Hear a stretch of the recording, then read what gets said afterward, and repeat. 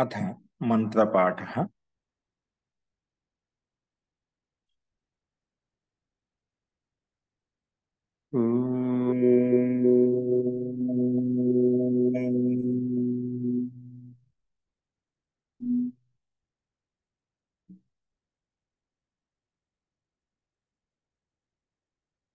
सहनाववतु सहनौ भुनक्तु सह वीर्यं करवावहै तेजस्विनावधीतमस्तु मा विद्विषावहै। ओम शांति शांति शांति।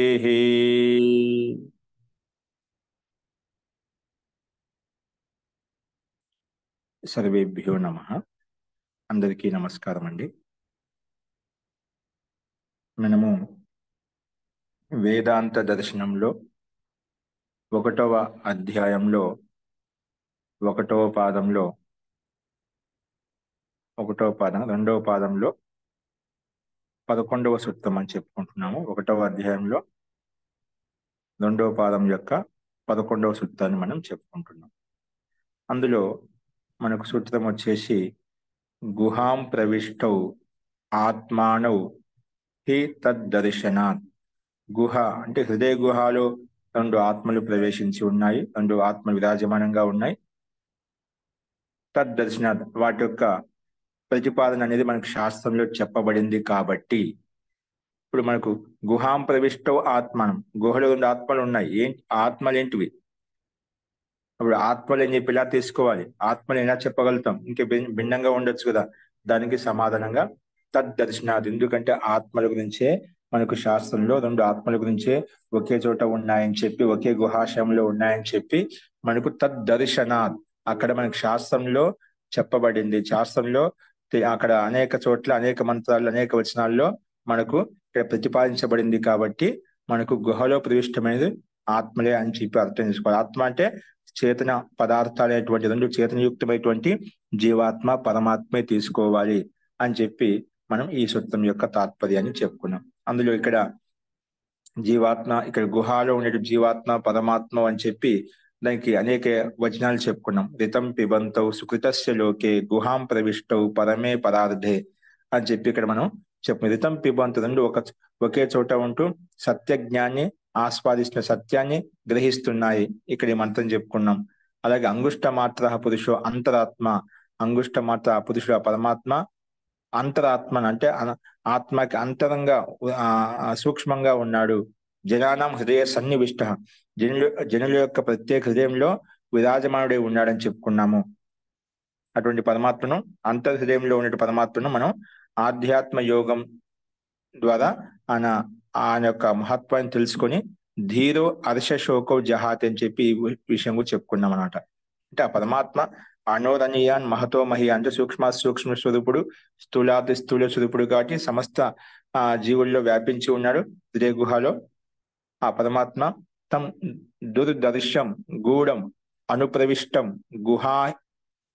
గుహాహితం గహ్వరేష్టం పురాణం, ఇటువంటి సూక్ష్మంగా ఉన్నటువంటి, గూఢంగా ఉన్నటువంటి, అత్యంత సూక్ష్మంగా ఉన్నటువంటి గుహలో స్థితమైనటువంటి గహ్వరేష్ట అత్యంత గర్తంలో ఉన్నటువంటి ఆ ప్రాచీనమైనటువంటి సర్వదా ఎల్లప్పుడూ విద్యమానంగా ఉన్నటువంటి ఆ పరమతత్వాన్ని ఆధ్యాత్మ యోగాధిగమైన, ఆధ్యాత్మ యోగం ద్వారా, సాధన ద్వారా, తపస్య ద్వారా దేవం మత్వ దేవతను ఆ పరమాత్మను తెలుసుకొని ధీరుడు అంటే జీవాత్మ హర్ష శోకో జహాతి హర్షము శోకములను వదిలివేస్తారు అని చెప్పి ఈ విషయాన్ని ఇంతవరకు మనం ప్రతిపాదించుకున్నాం।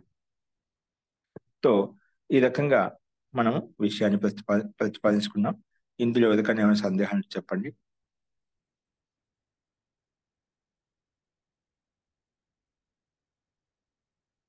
అస్తు తో మనకు ఈ ప్రకరణం మనకు ఆ పరమాత్మ భోక్త అని చెప్పుకున్నాం। కానీ భోక్త ఏ రకంగా అంటే చర అచర గ్రహణాత్, భోక్త అనేది ఏ రకంగా అంటే ఈ సంసారాన్ని స్థావర జంగమాన సమస్త ప్రాణులు ఆయన ప్రళయకాలంలో అందరినీ భోగం చేస్తా అంటే ప్రళయకాలంతో విలీనం చేస్తాడు కాబట్టి ఆ రకంగా అత్త రూపంలో చెప్పుకున్నాము. అలాగే ప్రకరణాన్ని బట్టి కూడా మనకు స్పష్టంగా అర్థమవుతుంది. ఇక్కడ ఆ పరమాత్మ అంతటా సూక్ష్మంగా వ్యాపించి ఉన్నాడు. అందరినీ సమస్త విశ్వాన్ని అంతా కూడా ఆయన ఆధీనంలో ఉంటూ ఆయన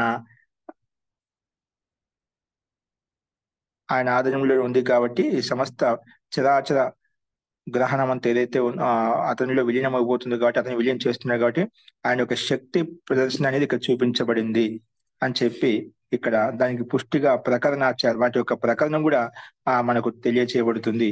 ఏంటంటే ఆ పరమాత్మ యొక్క శక్తి ప్రదర్శన చూపించబడింది. అంతేగాని ఇక్కడ అత్త అంటే తినేవాడు, భోగం చేసేవాడు భోగార్థం తీసుకోకూడదు.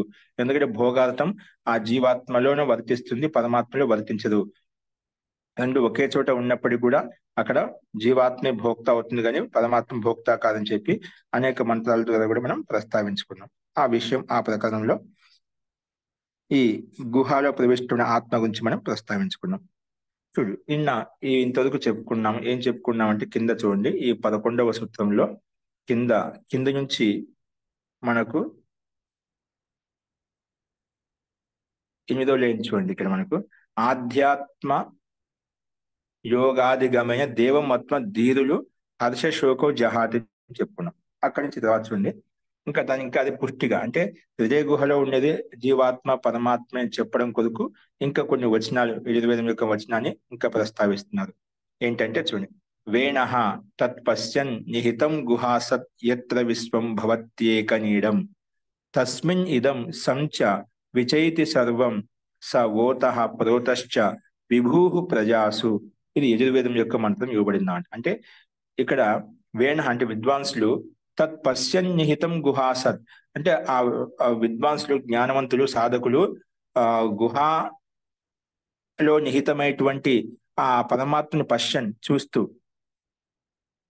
అంటే తెలుసుకుంటూ, అంటే ఆ పరమాత్మ హృదయాకాశంలో నిహితమై ఉన్నాడని చెప్పి ఇక్కడ మంత్రాంశం చూపించాడు. వేణ తత్పశ్యన్ నిహితం గుహాసత్ అంటే ఆ గుహలో నిహితమైనటువంటి ఆ పరమాత్మ తత్వాన్ని పశ్చన్ చూస్తూ తెలుసుకుంటూ ఆనందానుభూతిని పొందుతున్నది అనమాట. అంటే తెలుసుకుని ఆనందానుభూతిని పొందుతున్నారు. ఎందుకంటే ఎట్ల విశ్వం భవత్యేక నీడం, ఈ మొత్తం ప్రపంచం అంతా కూడా ఏదైతే ఉందో ఆ పరమాత్మకు ఒక ఘోసలి అంటే పక్షి యొక్క గూడు ఎలా ఉంటుంది, ఈ విశాలమైన బ్రహ్మాండంలో ఆకాశంలో ఒక మూలన ఒక దేశంలో ఒక స్థానంలో ఈ విధంగా పక్షి గూడు ఎలా ఉంటుందో ఘోసలా రకంగా ఏ విధంగా ఉంటుందో అలాగా ఇదంతా కూడా ఆ పరమాత్మ యొక్క ఈ బ్రహ్మాండ విశ్వంలో ఆ రకంగా విద్యమానంగా ఉంది. ఇదంతా అన్నిటిగా ఈ బ్రహ్మాండం అంతా కూడా. అందుకే ఎట్ల విశ్వం భవత్యేక నీడం, ఈ విశ్వం అంతా కూడా ఆ పరమాత్మకు ఒక నీడ, ఘోషలా అంటే ఒక పక్షి గూడు లాంటిది. ఈ విధంగా ఒక దేశంలో ఉందో అది బ్రహ్మాండం అంతా ఆ పరమాత్మ యొక్క ఆధీనంలో ఉంది అన్నిటిగా ఇక్కడ మనం చెప్పుకున్నాం. అంటే ఆ పరమాత్మ ఆ రకంగా వ్యాపించి ఉన్నాడు. అందుకే తస్మిన్ ఇదం, ఇదంతా కూడా బ్రహ్మాండం అంతా కూడా తస్మిన్ అంటే ఆ పరమాత్మని, ఇదం సంచ విచైతి సర్వం, సంచ అంటే అతనిలో విలీనమవుతుంది, సంచ అంటే దాన్ని విలీనం కావడం, విచైతి అతని ద్వారా వ్యక్తం కావడం, అభివ్యక్తం కావడం అన్నమాట. అంటే పరమాత్మని విలీనం చేస్తున్న పరమాత్మని అభివ్యక్తం చేస్తున్నాడట. అందుకే సర్వం చ ఓతః ప్రోతశ్చ, అందుకే పరమాత్మ ఈ పిండంలోను బ్రహ్మాండంలో సమస్త అంతటా కూడా లోకాంతరాల్లోనూ కూడా అంత ఓతప్రోతమై ఉన్నాడు. విభూ రూపంలో అంతటా వ్యాపించి ఉన్నాడు. స్వయంభూ ఆ పరమాత్మ అంతటా వ్యాపించి ఉన్నాడు సమస్త ప్రజల్లో. విభూ ప్రజాసు సమస్త ప్రజల్లో, జీవాత్మల్లో, సమస్త ప్రాణుల్లో, సమస్త బ్రహ్మాండవంత విశ్వం అంతా కూడా ఆ పరమాత్మ ఓతః ప్రోతశ్చ అంతటా ఓతప్రోతమై ఉన్నాడు. అంతలో ఆ పరమాత్మ సంచ ఇదంతా ప్రళయంతో విలీనమవుతుంది. విచయితి ఆ పరమాత్మనే గతిశీలమవుతుంది, అంటే అభివ్యక్తం అవుతుంది, అలాగే ధారణ చేయబడుతుంది. ఇవన్నీ కూడా మనం ఆ పరమాత్మని ఇవన్నీ విద్యమానంగా ఉన్నాయని చెప్పి మనం చెప్పుకుంటున్నాం అన్నమాట. ఈ మంత్రాన్ని యజుర్వేదం అంటే పరమాత్మ కూడా ఆ గుహలో ప్రవిష్టమైన ఆత్మ అని చెప్పడం కొరకు ఇవన్నీ వచ్చినాయన్నమాట. అలాగే అతచ ఉభౌ అపి జీవాత్మ పరమాత్మను హృద్ గుహౌ వర్తినౌ సకృత్ ఉపదిష్టౌ. ఇక్కడ మనకు ముందుకు వెళ్ళిపోయాం. ఏభిహి వచనై పైన చెప్పిన వచనాలు ఏవైతే ఉన్నాయి, ఏభిహి వచనై స్పష్ట్యతే పరమాత్మ హృదయే వర్తతే. ఆ పైన చెప్పిన వచనం ద్వారా వేణస్తత్ పశ్చిమ నిహితం గుహాసత్ అని చెప్పి గుహాసత్ నిహితం గుహాసత్ అని చెప్పుకున్నామంట. ఇక్కడ మనకు స్పష్టంగా ఈ వచనం ద్వారా పైన చెప్పిన వచనముల ద్వారా అన్ని వచనముల ద్వారా కూడా ఏభిహి వచనై స్పష్ట్యతే స్పష్టంగా అర్థమవుతుంది. పరమాత్మ హృదయే వర్తతే, పరమాత్మ ఎక్కడ ఉన్నాడు? మన హృదయాకాశంలో ఉన్నాడు, ఎక్కడ లేడు. అందుకే మనం ఎక్కడికి వెళ్ళాలి, కొండలు పుట్టలు గుళ్ళు గోపురాలు తిరగాల్సిన అవసరం లేదు. మనము మన హృదయాకాశంలో హృదయ మందిరంలో ఉన్నటువంటి పరమాత్మను పొందాలనుకున్నట్లయితే ఆ పరమాత్మను స్తుతించాలి, ప్రార్థించాలి. ఎక్కడున్నాడు? ఆ పరమాత్మ హృదయే వర్తతే, మన హృదయాకాశంలో హృదయ మందిరంలో ఆ పరమాత్మ విరాజమానుడై ఉన్నాడు. అందుకే ఆ పరమాత్మను స్తుతించాలి. పరమాత్మ కావాలంటే ఎక్కడికి వెళ్ళాల్సిన అవసరం, మనం ఎక్కడే కూర్చొని మనం ఎక్కడ వెళ్ళినా అక్కడే పరమాత్మ వాసం ఉంటుంది కాబట్టి అక్కడ మనం ప్రార్థించాలని మనం అర్థం చేసుకోవచ్చు. ఇక్కడ అసలు మొత్తం ఇక్కడ ప్రకరణం ఏంటంటే ఆ పరమాత్మ గుహలో ఉండేది పరమాత్మ విరాజమానంగా ఉన్నది చెప్పడం ముఖ్య ఉద్దేశం ఇక్కడ. అందుకే ఇంకేం చెప్తున్నా అంటే అథచ ఉభౌ అపి అంటే గుహలో ప్రవిష్టమైన రెండు ఆత్మని చెప్పుకున్నదా, చేతన ఆత్మని చెప్పుకున్నాం. అందుకే ఉభం అంటున్నాయి ఇక్కడ. అథచ ఉభౌ అపి జీవాత్మ పరమాత్మనో హృత్ గుహౌ వర్తినౌ సకృత్ ఉపదిష్టవు. ఇవన్నీ జీవాత్మ పరమాత్మ ఇద్దరు రెండు ఆత్మలు కూడా ఏవైతే ఉన్నాయో హృత్ గుహావర్తినవు అంటే హృద్ గుహాశయంలో విరాజమానంగా ఉన్నాయి, వర్తమానంగా ఉన్నాయి. హృద్ గుహావర్తినవు అంటే హృదయ గుహలో విరాజమానంగా ఉన్నాయి రెండు ఆత్మలు కూడా, అంటే జీవాత్మ పరమాత్మలు. సకృత్ ఉపదిష్టవు అది ఒకే చోట ఉపదించబడ్డాయి, అంటే ఒకే స్థానంలో. ఇప్పుడు హృదయాకాశంలో జీవాత్మ పరమాత్మ రెండు ఉన్నాయని చెప్పాం కదా, అలాగే సకృత్ ఉపదిష్టవు ఒకే చోట ఉపదేశించబడ్డాయి అన్నమాట. ఒకే చోట ఉపదేశించబడ్డాయి. అందుకే ఒకే స్థానంలో జీవాత్మ పరమాత్మ కూడా విరాజమానంగా ఉండాలని చెప్పి చెప్పుకున్నాం. అలా ఇంకేం చెప్తున్నా అంటే పుండరీకం అంటే మన కమలం ఏదైతే ఉందో పుండరీకం, నవద్వారం కమలాకారంలో ఉన్నటువంటి, అలాగే నవద్వారం అంటే నవరంధ్రాలతో యుక్తమైనటువంటి, త్రిభిర్ గుణేభిర్ ఆవృతం, గుణేభి ఆవృతం అంటే మూడు గుణాలతో యుక్తమైనటువంటిది. ఎవరిక్కడ? పుండరీకం అంటే కమలం అంటే హృదయ కమలంలో హృదయంలో కమలాకారంలో ఉన్న స్థితి ఎవరికి? జీవాత్మకు ఉంది. నవద్వారాలు ఎవరికి ఉన్నాయి? 9 రంధ్రాలు ఎవరికి ఉన్నాయి? జీవాత్మలో ఉన్నాయి, అంటే శరీరధారి జీవాత్మలో ఉన్నాయి. త్రిభిః గుణేభిర్ ఆవృతం, మూడు గుణ సత్వగుణము రజోగుణము తమోగుణంతో ఆవరించి ఉన్నాడనమాట. ఈ జీవాత్మ సత్వగుణం రజోగుణం తమోగుణంతో ఆవరించి ఉన్నాడు కదా, ఆచ్ఛాదించి ఉన్నాడు అనమాట. అంటే ఇవన్నీ మూడు లక్షణాలు, మూడు విశేషణాలు ఏంటివి? జీవాత్మలో, శరీరధారి జీవాత్మలో మనం చూస్తున్నాం. అందుకే తస్మిన్ యద్ యక్షం, తస్మిన్ అంటే ఈ పుండరీకం నవద్వారం త్రిభిర్ గుణేభిర్ ఆవృతం, తస్మిన్ అంటే ఆ జీవాత్మలో, అంటే ఆ శరీరధారి జీవాత్మలో, యద్ యక్షం అంటే ఆత్మలు అంటే పిండంలో, యద్ యక్షం అంటే ఇక్కడ ఆ పరమాత్మ, యద్ యక్షం ఆత్మన్వత్ తద్వై బ్రహ్మవిదో విదుహు. ఆత్మన్వత్ అంటే ఆత్మరూపంలో విరాజమానంగా ఉన్నటువంటి ఆ పరమాత్మ యొక్క తత్వాన్ని బ్రహ్మవిదో విదుహు అంటే బ్రహ్మవేత్తలు కూడా అనుభూతిని పొందిన వాళ్ళు బ్రహ్మవేత్తలు చెప్తున్నారు, తెలుసుకునేది అనమాట. అంటే ఈ శరీరంలో మూడు గుణాలతో యుక్తమైన శరీరంలో సూక్ష్మంగా వ్యాపించి ఉన్నటువంటి ఆత్మన్వత్ తద్వై తద్వై అంటే నిశ్చయంగా బ్రహ్మవిదో విదుహు అంటే బ్రహ్మవేత్తలు, బ్రహ్మ జ్ఞానులు ఏదైతే ఉన్నదో ఆ పరమాత్మను తస్మిన్ యద్ యక్షం అని చెప్పుకున్నా, అంటే ఆ యక్ష స్వరూపుడు అంటే పరమాత్మ స్వరూపాన్ని వాళ్ళు బ్రహ్మవేత్తలు తెలుసుకున్నారు. ఎక్కడ? మన శరీరంలో ఉన్నటువంటి సూక్ష్మంగా ఉన్నటువంటి హృదయాకాశంలో ఉన్నటువంటి ఆ పరమాత్మను తెలుసుకున్నారని చెప్పి బ్రహ్మవిదో విదుహు, బ్రహ్మవేత్తలు మనకు తెలుసుకున్నారని చెప్పి స్పష్టంగా అర్థమవుతుంది ఈ మంత్రాంశం ద్వారా. కాబట్టి మొత్తానికి ఇక్కడ ఈ శరీరంలోనే ఉన్నాడు, విరాజమానంగా ఉన్నాడు. శరీరం అంటే ఇక్కడ హృదయాకాశంలో హృదయ గుహంలో విరాజమానుడై ఉన్నాడని చెప్పి మనకు ఈ స్పష్టంగా ఈ వచనం ద్వారా కూడా మనకు స్పష్టమవుతుంది అన్నమాట. ఈ రకంగా అథర్వవేదం యొక్క మంత్రాన్ని మనకు చెప్పబడింది. అందుకే ఇక్కడ ఈ మంత్రాంశంలో పుండరీకే హృత్ కమలే, ఈ పుండరీకమైనటువంటి కమలాకారంలో, పుండరీకి అంటే దాన్ని ఓపెన్ చేసే హృత్ కమలే కమలాకారంలో ఉన్నటువంటి యక్ష అంటే హృదయాకాశంలో, కమలాకారం అంటే మన స్తనంలో కింది భాగంన కమలాకారంలో ఒక ఆకృతి విశేషం ఉంటుంది లోపల, అక్కడ ఆ పరమాత్మ విరాజమానుడే ఉండేనమాట.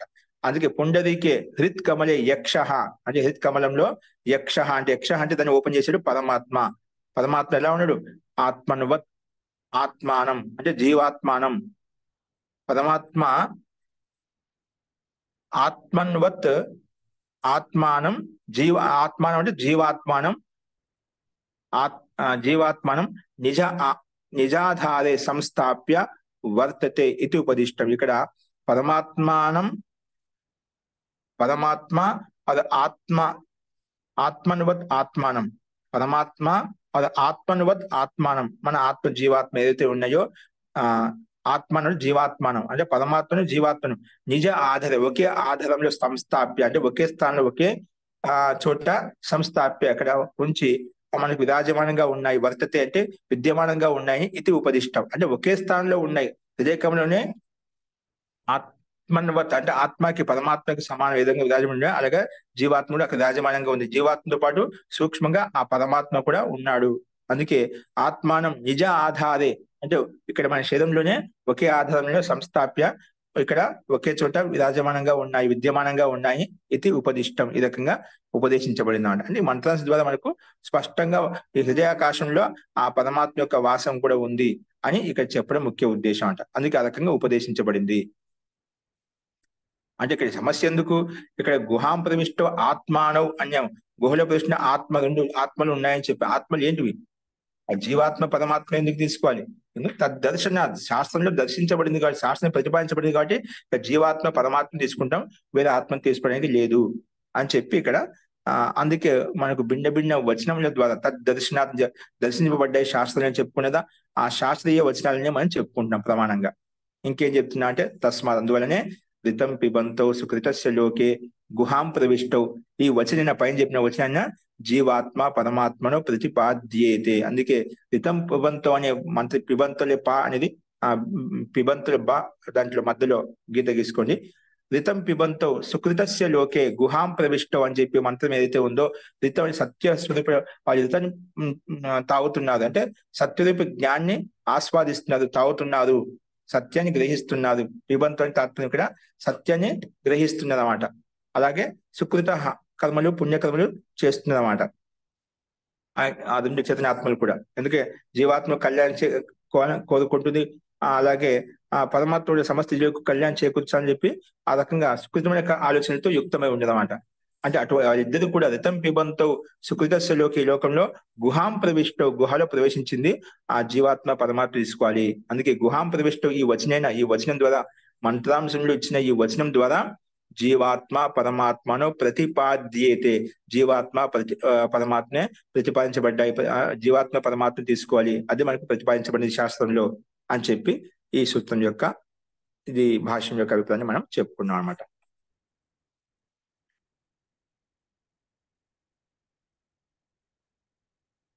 తర్వాత వచ్చి ఏమంటున్నా అంటే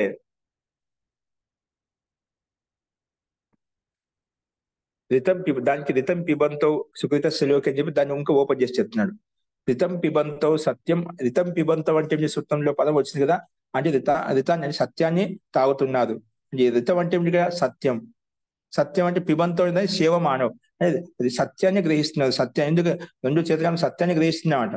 సత్య జ్ఞాన యుక్తమై ఉన్నాను జీవాత్మ పరమాత్మ. కాబట్టి పరమాత్మ ఏంటంటే విశేష జ్ఞాన స్వరూపుడు, జీవాత్మ జ్ఞాన స్వరూపంతో యుక్తమైంది. అంటే జ్ఞానం అనేది జ్ఞాన గుణం జీవాత్మలో పరమాత్మ ఇద్దరిలో ఉన్నాడు, ఇద్దరు సత్యాన్ని గ్రహిస్తున్నామట. అందుకే రితం పిబంతో దాన్ని ఓపెన్ చేశారు. సత్యం శివ మానవు, సత్యాన్ని సేవిస్తున్నారు, సత్యాన్ని ఆస్వాదిస్తున్నారు, సత్యాన్ని తాగుతున్నారు అన్నట్టుగా, అంటే ఆస్వాదిస్తున్నారు అన్నట్టుగా ఇక్కడ మనకు చెప్పబడిందన్నమాట. ఏంటది సత్యం శివం అంటే జ్ఞానం హే సత్యం భవతి, ఇక్కడ జ్ఞానమే సత్య స్వరూపం అన్నమాట. అందుకే తస్మాత్ ఆ జ్ఞానమే జ్ఞానవంతో అంటే జ్ఞానవంతం ఇక్కడ చేతనం ఇత్యర్థ. రెండు జ్ఞానవంతం, రెండు చేతన పదార్థాలు రెండు కదా మనకు జీవాత్మ పరమాత్మ. అందుకే జ్ఞానవంతం రెండు కూడా జ్ఞాన స్వరూపం. అంటే జీవాత్మ కూడా నిత్య శుద్ధ భుక్త స్వభావం, నిత్య శుద్ధ ఆత్మవత్ స్వభావం అంటే నిత్య శుద్ధమైనటువంటిది అన్నమాట. అలాగే జీవాత్మ విధంగా నిత్య శుద్ధమైనటువంటిదో అలాగే జీవాత్మ కూడా సత్య స్వరూపంతో యుక్తమైనటువంటిది, జ్ఞాన స్వరూపంతో యుక్తమైనటువంటిది అన్నమాట. అందుకే తస్మాత్ ఈ సత్యం జ్ఞానం ఏదైతే ఉందో తస్మాత్ జ్ఞానవంతో అంటే జ్ఞానవంతో చేతనం ఇత్యర్థ. జ్ఞానం ఇద్దరు ద్వివచనం ఎందుకు ఇచ్చిందంటే జీవాత్మ పరమాత్మ రెండు కూడా చేతన ఆత్మలు కాబట్టి చేతన పదార్థాలు కాబట్టి ఆ గుణం అనేది జ్ఞాన గుణం అనేది ఇద్దరిలో ఉంది. కాబట్టి ఒకరి జ్ఞ ఒకరు ప్రజ్ఞ. అంటే జ్ఞాన స్వరూపుడు, ఒకరు ప్రకృష్టమైన జ్ఞానంతో యుక్తమై ఉన్నాడు అన్నమాట పరమాత్మ. కాబట్టి అల్పశక్తివంతుడు, ఆయన పూర్ణ శక్తివంతుడు అన్నమాట పరమాత్మ. కానీ ఇద్దరిలో జ్ఞాన గుణం అది ఆ రెండు ఆత్మల్లో ఉంది. అందుకే జ్ఞానవంతో చేతన ఇత్యర్థ అని చెప్పి చేతన పదార్థాలు కాబట్టి ఆ రితాన్ని సత్యాన్ని గ్రహిస్తున్నారు. అందుకే రితం పిబంతం అని చెప్పి ఈ రకంగా అలంకారికంగా మనం విషయాన్ని ప్రస్తావించుకున్నాం. ఈ రకంగా మనకు ఈ హృదయ గుహలో ప్రవిష్టమైంది ఆ ఆత్మలు ఎవరంటే ఆ జీవాత్మ పరమాత్మ తీసుకోవాలి, వేరే అర్థం తీసుకోనికి లేదని చెప్పి ఈ వచనముల ద్వారా మనం ప్రత్యక్షంగా చెప్పుకున్నాం. హృదయాకాశంలో ఉన్నది ఆ పరమాత్మ అనేది మనకు స్పష్టమైంది. అలాగే ఇంకా దీన్ని పుష్టి చేయడం కొద్దిగా కొన్ని ప్రశ్నించినట్లయితే దానికి సమాధానం చెప్తున్నాను. విశేష గుణాలు కూడా వాటిని కూడా హృదయ గుహలో ఉండే పరమాత్మని చెప్పి నిర్ధారించుకో. దానికి పుష్టిగా ఇంకా చెప్తున్నాను అనమాట. అంటే పూర్వపక్ష ఆక్షేపిస్తున్నాడు. ఎందుకు ఏ రకంగా ఆక్షేపిస్తున్నాడు? ఆ హృదయ గుహలో ఉండేది ఆత్మ అని చెప్పా, హృదయ ఆత్మానం అని చెప్పా. ఆత్మ అనేది అది పరమాత్మ జీవాత్మని తీసుకోవాలి, ఆ మనస్సు జీవాత్మ తీసుకోవచ్చుదా? ఎందుకంటే హృదయ గుహలో ఉండేది మనసు కూడా ఉంది కదా, మనసు తీసుకోవచ్చు. నువ్వు పరమాత్మని తీసుకుంటున్నావు అని పూర్వపక్షి ఒకే ఆక్షేపించినట్లే. దానికి కూడా విశేష గుణాలు ఉన్నాయి కాబట్టి అక్కడ మనము పరమాత్మ జీవాత్మ తీసుకోవాలని చెప్పి దాన్ని ఇంకా పుష్టి చేయడం కొరకు ఈ సూత్రం. అదంటే చూడండి, ముందు పూర్వపక్షి ఏ రకంగా ఆక్షేపించినట్లయితే, ఒకవేళ నువ్వు ఇలా ఆక్షేపించినట్లయితే పూర్వపక్షి దానికి కూడా సమాధానం ఎలా చెప్పాలి అని ముందుగానే సిద్ధాంతి ఇక్కడ దాని పూర్వపక్షి యొక్క అభిప్రాయాన్ని వ్యక్తం చేసి దానికి సమాధానం చెప్తున్నారు. అత్ర ఏది కేనచిత్ ఉచ్యత, ఎవరైనా ఇలా అడిగారు అనుకోండి, ప్రశ్నించారు అనుకోండి, ఏదత్ర గుహాం ప్రవిష్టౌ సామాన్యేన కథితం. ఇక్కడ గుహాం ప్రవిష్టౌ సామాన్య కథనం ఇచ్చారు. ఇక్కడ గుహాం ప్రవిష్టౌ హృతం పిబంతో సుకృత శ్లోకే గుహాం ప్రవిష్టౌ. ఈ గుహాం ప్రవిష్టౌ అని శబ్దం చెప్తున్నావు కదా, ఈ గుహాం ప్రవిష్టలు గుహలో ప్రవేశించింది అని చెప్పి సామాన్య కథనం చెప్పబడింది అన్నమాట. ఆ సామాన్య కథనాన్ని అక్కడేం జీవాత్మ పరమాత్మని విశేషణంగా తీసుకొని చెప్పలేదు కదా. నువ్వు దానికి సామాన్య కథనాన్ని విశేషంగా తీసుకొని జీవాత్మ పరమాత్మ అర్థం చెప్తున్నావు. అలా ఎందుకు తీసుకుంటున్నావు? గుహాం ప్రవిష్టౌ సామాన్యన కథితౌ తౌ మనో జీవో అపి వక్తుం శక్యతే. నువ్వు మనస్సు జీవం అంటే జీవాత్మ చెప్పొచ్చు కదా, నువ్వు పరమాత్మని తీసుకుంటావు, మనసు కూడా హృదయ గుహలో ఉంది కదా అన్నిటిగా పూర్వపక్ష ఆక్షేపించారు. తౌ మనో జీవోపి వక్తుం శక్యతే. నువ్వు జీవాత్మ పరమాత్మ ఎందుకంటావు, మనసు జీవాత్మ కూడా చెప్పొచ్చు కదా, ఎందుకు చెప్పలేదు? ఎందుకంటే అది కూడా ఆ రెండు కూడా తౌ అపి హృదయస్థౌ స్థః, ఆ రెండు మనసు కూడా జీవాత్మ కూడా రెండు హృదయంలోనే ఉన్నాయి, హృదయాకాశంలోనే ఉన్నాయి. అవి కూడా ఎందుకు తీసుకోలేదు? నువ్వు సామాన్య కథనను విశేషంగా పరమాత్మతో ఎందుకు కలుపుతున్నావు అని పూర్వపక్షి ఆక్షేపిస్తున్నావట. అందుకే తౌ మనో జీవోపి వక్తుం శక్యతే తౌ అపి హృదయస్థౌ స్థః, రెండు కూడా హృదయ స్థానంలో విద్యమానంగా ఉన్నాయి, అంటే మనసు జీవాత్మ కూడా. అందుకే మనసు అపి స్థానం హృదయముక్తం. ఎందుకంటే మనసు కూడా స్థానం హృదయం అని చెప్పి మనకు అనేక వచనాలు ఉన్నాయి. నువ్వు ఏ విధంగా అయితే జీవాత్మ పరమాత్మ అని చెప్పి వచనాలు చెప్పిస్తున్నావో, అలాగే హృదయంలో మనసు కూడా ఉందని చెప్పి మనకు అనేక వచనాలు కనిపిస్తున్నాయి. దానికి ఉదాహరణ చూపిస్తున్నాడు. మనసు అపి స్థానం, మనసు కూడా స్థానము హృదయం ముక్తం, హృదయమే అని చెప్పి మనకు అనేక చోట్ల మనకు ప్రతిపాదించబడింది అనమాట. దానికి ఉదాహరణ చూపిస్తున్నాడు. శతపథ బ్రాహ్మణ యొక్క ఉదాహరణ అంటే మనసు కూడా హృదయ స్థానంలోనే ఉంది అని చెప్పడానికి పూర్వపక్షి ప్రమాణం చూపిస్తున్నాడు. ఏంటంటే కస్మిన్నో మనః ప్రతిష్ఠితం, ఈ మనసు అనేది ఎందులో ప్రతిష్ఠితమైంది అని ప్రశ్నించినప్పుడు అక్కడ మనకు శతపథ బ్రాహ్మణంలో కస్మిన్నో మనః ప్రతిష్ఠితం భవతి ఇది అని ప్రశ్నించినప్పుడు హృదయే ఇది, హృదయంలో మనసు ప్రతిష్ఠితమై ఉంది అని చెప్పి ఒక సమానం చెప్పింది. హృదయ ఇది అంటే హృదయంలోనే మనసు ప్రతిష్ఠితమై ఉంది అని ఇక్కడ మనకు శతపథ బ్రాహ్మణం యొక్క ప్రమాణం పూర్వపక్షి చూపించామంట. నువ్వు జీవాత్మ మనసుకు తీసుకోకుండా పరమాత్మను తీసుకున్నావు, హృదయంలో మనసు కూడా ఉంది, అది తీసుకోవచ్చు కదా అని పూర్వపక్షి ఆక్షేపించాడు. పూర్వపక్షి యొక్క ఆక్షేపం కరెక్ట్. ఇక్కడ మనసు కూడా హృదయంలో ఉంది, అదుగు తీసుకోవచ్చు కదా అని ఆక్షేపించడమట, ప్రశ్నించడమట. అలాగే ఈ మనస్సు అనేది హృదయంలో ఉంటుందని చెప్పడానికి ఇంకొక ప్రమాణం చూపిస్తున్నాడు. యజుర్వేదం యొక్క మనం హృత్ ప్రతిష్టం హృదయంలో ప్రతిష్టమైన యద్ అజిదం జవిష్టం తత్ మే మనః శివ సంకల్ప వస్తు, హృదయంలో విద్యమానంగా ఉండే మీద మనసు శివ సంకల్పంతో యుక్తం కావాలి అని చెప్పి ఇక్కడ హృదయంలో ప్రతిష్ఠితమైనటువంటి ఆ మనసు శివ సంకల్పంతో యుక్తం కావాలి అని చెప్పి ఇక్కడ ఈ మంత్రాంశం కూడా చెప్తుంది. హృత్ ప్రతిష్టం యదజిరం జవిష్టం తత్ మే మనః శివ సంకల్పమస్తు. ఆ మనసు హృదయంలో విరాజమైన ప్రతిష్ఠితమైనటువంటి ఆ మనసు సత్య సంకల్పంతో శివ సంకల్పంతో యుక్తం కావాలి అని చెప్పి ఇక్కడ మనకు హృదయ స్థానంలో మనసు విద్యమానంగా ఉందని చెప్పి ఈ మంత్రం ద్వారా కూడా తెలుస్తుంది. కాబట్టి కథం హి ఖలు అత్ర జీవాత్మ పరమాత్మను గృహీతం, ఎలాగా జీవాత్మ పరమాత్మ తీసుకోగలుగుతావు, ఎలా గ్రహించగలుగుతావు? కాబట్టి ఇక్కడ మనసు జీవాత్మ తీసుకోవచ్చు కదా అని పూర్వపక్షి ఇక్కడ ఆక్షేపించాడు. దానికి ఇప్పుడు మనకు సూత్రం చెప్తుంది విశేషణాచ. దానికి సమాధానం ఇప్పుడు దీని యొక్క విశేషణాచ సూత్రానికి అర్థం కింద చెప్పారు. ఉచ్యతే చెప్తుంది, దానికి సమాధానం చెప్తున్నారు. విశేషణాత్ చ, ఇంకా ఏంటంటే విశేష గుణాలు ఉన్నాయి కాబట్టి మనసులో ఏ గుణాలైతే మనం ప్రతిపాదించుకుంటామో అవి పరమాత్మ నుండి గుణాలు మనసులో ఇవన్నీ వర్తించవు అనమాట. విశేష గుణాలు మనసులో లేవు అనమాట. విశేష గుణం కదా ఆ గుణాలు ఏవైతే చెప్పబడ్డాయో అవి పరమాత్మలను వర్తిస్తాయి కానీ మనసులో వర్తించవు. అందుకే విశేషణాచ, కొన్ని విశేషమైన శబ్దాలు ఉన్నాయి కాబట్టి విశేషణంగా ప్రతిపాదించబడింది కాబట్టి ఇక్కడ మనం పరమాత్మ తీసుకోవాలి, మనసు తీసుకోకూడదు. అందుకే దానికి చెప్తున్నారు ఇక్కడ విశేషణాదపి జీవాత్మ పరమాత్మ ఏవ అత్రస్థః, విశేషణాలను బట్టి కూడా జీవాత్మ పరమాత్మ తీసుకోవాలి. విశేషణార్థ అంటే విశేష శబ్దాల ద్వారా కూడా విశేష వచనముల ద్వారా కూడా ఇక్కడ పరమాత్మ జీవాత్మ తీసుకోవాలి, ఇక్కడ జీవాత్మ మనసు తీసుకోకూడదు అని చెప్పి దీని యొక్క అర్థం చెప్పారు. విశేషణాచ, విశేష గుణాలు ఉన్నాయి కాబట్టి జీవాత్మే పరమాత్మ తీసుకుంటాము, మనసు జీవాత్మ తీసుకోము అని చెప్పి ఇక్కడ ఈ సూత్రం ద్వారా కూడా మనకు పుష్టి చేస్తుంది అన్నమాట. అందుకే విశేషణాదపి జీవాత్మ పరమాత్మనో ఏవ అత్రస్థః నాహి జీవాత్మనః సార్ధం మనసో గ్రహణం భవతి. జీవాత్మ తోటి మనసుకు గ్రహణం, మనసు ఉంటుందని చెప్పి జీవాత్మన సార్ధం అంటే జీవాత్మతోటి మనసో గ్రహణం భవతి, మనసు గ్రహణం అవుతుంది. కింటు జీవాత్మన సహా పరమాత్మ ఏవ గ్రహణం యుక్తం.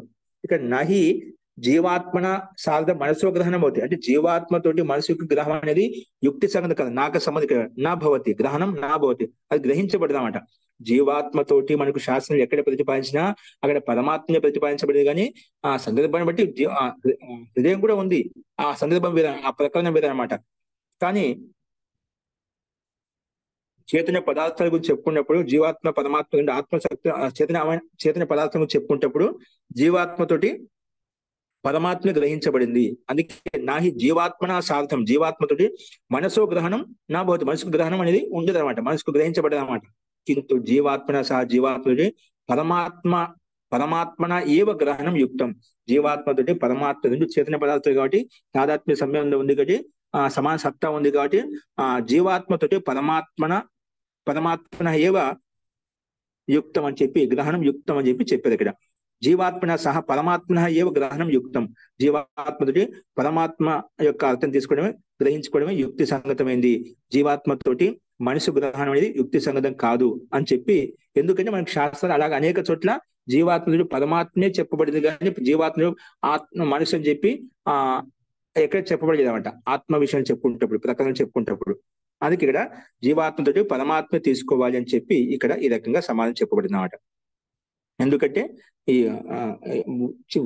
తీసుకోవాలని చెప్పి కథనం చెప్పినంత మాత్రం కాదు కదా, దానికి పుష్టి చేయాలి. అంటే మన పుష్టి అంటే మనం వచనం ద్వారా, వేద వచనం ద్వారా, బ్రాహ్మణ వచనం ద్వారా మనకు పుష్టి చేయాలి. దానికి చెప్తున్నాం అక్కడ జీవాత్మతుడు పరమాత్మే గ్రహించాలి, అదే యుక్తి సంగతమని చెప్పావు కదా, దానికి ఏంటి ఆ పరమాత్మ తీసుకుని ఎందుకన్నా గట్టిగా చెప్పావు, బలంగా చెప్పావు అంటే విశేషణం హి తత్ర, అక్కడ విశేషణం ఉంది కాబట్టి విశేషంగా ప్రతిపాదించబడింది కాబట్టి ఏంటి ఆ విశేషణం హి తత్ర బ్రహ్మ విదో వదంతి. మనం ముందు చెప్పుకున్నప్పుడు బ్రహ్మ విదో వదంతి అని చెప్పి మంత్రాంశం చెప్పుకున్నామంట. కాబట్టి ఇక్కడ బ్రహ్మవేత్తలు వాళ్ళు ఇక చెప్పు హృద్ గుహావర్తినో సకృత్ ఉపదిష్టో పుండరీకం నవద్వారం త్రిభిర్ గుణేభి ఆవృతం తస్మిన్ యద్ యక్షం ఆత్మన్వత్ తద్వై బ్రహ్మ విదో విదు. అటర్వేదం యొక్క మంత్రం చెప్పిన బ్రహ్మ విదో విదు అని చెప్పి ఇక్కడ దాన్ని తీసుకుని చెప్తున్నారు బ్రహ్మ విదో విదు అని చెప్పి. ఇక్కడ బ్రహ్మ విదో వదంతి ఇంకా భిన్నం వచ్చినము. అక్కడ బ్రహ్మవేత్తలు అక్కడ అనుభవం ద్వారా చెప్పారనమాట. బ్రహ్మవేత్తలు బ్రహ్మజ్ఞానం కలిగిన వాళ్ళు అక్కడ విశేషంగా జీవాత్మతుడు పరమాత్మ యొక్క దర్శనం అవుతుంది కానీ ఇక్కడ మనసు కాదు, మనసు అనేది ఇంకా స్థూలమైంది అన్నమాట. పరమాత్మ ఇంకా సూక్ష్మరూపుడు, జీవాత్మ కూడా మనసు కంటే కూడా సూక్ష్మమైంది. కాబట్టి ఇక్కడ మనకు విశేషం ఏం చెప్పండి తత్వ బ్రహ్మ విదో వదంతి ఇది ఉక్తం. అక్కడ మన పూర్వ మంత్రంలో ఆ మంత్రాంశంలో బ్రహ్మవేత్తలు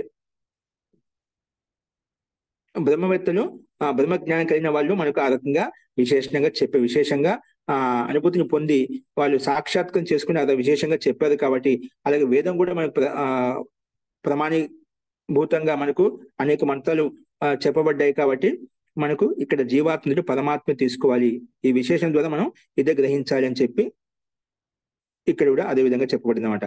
విశేషణం హి ఏంటి ఆ విషయం బ్రహ్మ విదో వదంతి ఇది ఉక్తం, అక్కడ ఆ రకంగా చెప్పుకున్నామంట, బ్రహ్మవిధులు చెప్పారు కాబట్టి.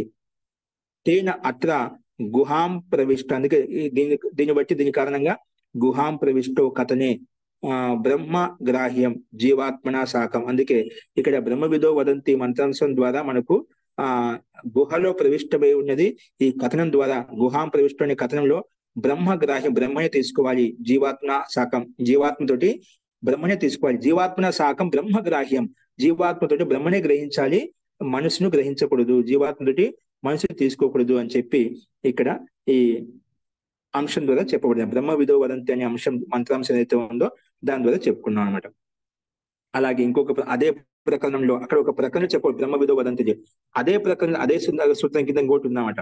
ఇక్కడ కఠోపనిషత్తులో 3:12, 3:14 ఆ క్రమంలో క్రమంగా ఉన్నాయి, ఆ బ్రహ్మ ప్రకరణంలో క్రమంగా ఉన్నాయి, ప్రకరణాన్ని బట్టి మనం అర్థం తీసుకోవాలన్నమాట. అందుకే అన్యచ్చ ఇంకొక ప్రమాణం చూపిస్తుంది అదే ప్రకరణంలో, అన్యచ్చ యహ సేతు ఈజానానాం అక్షరం బ్రహ్మ యత్ పరం అత్రాపి బ్రహ్మ లక్షితం అస్తి. ఇక్కడ అన్యచ్చ యహ సేతు అంటే ఆ పరమాత్మ సేతు లాంటి వాడు, అంటే ఒక బ్రిడ్జి లాంటి వాడు అనమాట. అప్పుడు మనకు మనం సముద్రాన్ని చెరువులను దాటడానికి ఏదో బ్రిడ్జి మనకు సాధనంగా ఉంటుందో, అలాగే పడవలు ఏవైతే ఉన్నాయో ఇంకా అనేక సాధనాలు ఏ విధంగా ఉన్నాయో, అంటే మనం తరించడానికి ఏవైతే సాధనంగా ఉన్నాయో అలాగా ఈ సంసారాన్ని తరించడానికి ఈజానానం అంటే ఎవరు యజ్ఞం చేస్తున్నారో వాళ్ళను ఆ పరమాత్మ వారి శేటు రూపంలో ఉంటూ ఒక బ్రిడ్జి రూపంలో ఉంటూ ఒక సాధన రూపంలో వాడిని తరింపజేస్తారంట.